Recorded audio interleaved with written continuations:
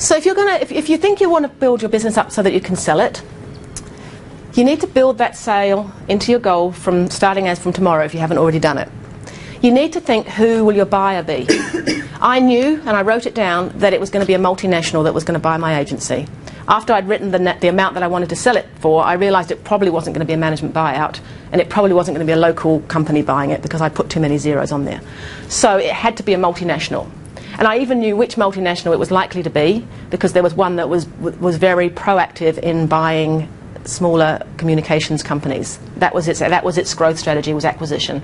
So I had them in mind, and I set about building a business I thought would be attractive to them. And that's a key thing.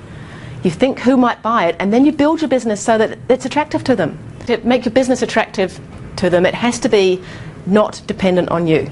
And that's another key message I'd love you to take out of this today, is no one will buy a business that's dependent on its owner. Because if they take you out of the picture, that there is no business. So whatever your strategy is, whatever your end goal is, whatever that picture is, your shed or your man on the moon, it needs to have you not in it.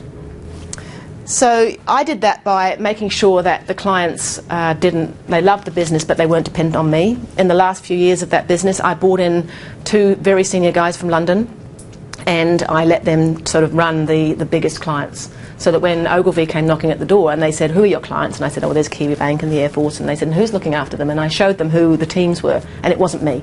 Those clients were not dependent on me for their business. So employing people that are better than you ultimately is a real key goal. To start with, however, I couldn't afford to bring those big guns in from London, so I started off by hiring people that I'd bring a couple of guys straight from college, and I would train them. I just trained them to do it exactly the way I wanted to do it. I call it training your clones.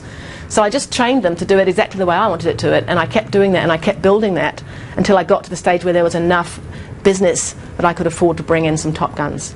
And when you do that, you've got to make sure you've got a really, really strong culture, because you bring those guys in and they came from London with all their ideas about how advertising agencies should be run, and they had to fit my culture so that they could manage my team.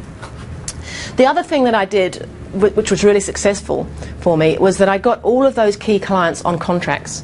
They all had 2 or 3 year contracts into the future, so that when Ogilvy and Mather looked at my business, they went, oh, okay, that business they're committed to that amount of spend for the next 3 years. So we know that we're going to get that spend, and we know that that spend is not reliant on the owner. So you can see why it was an attractive business for them, and I deliberately set it up that way.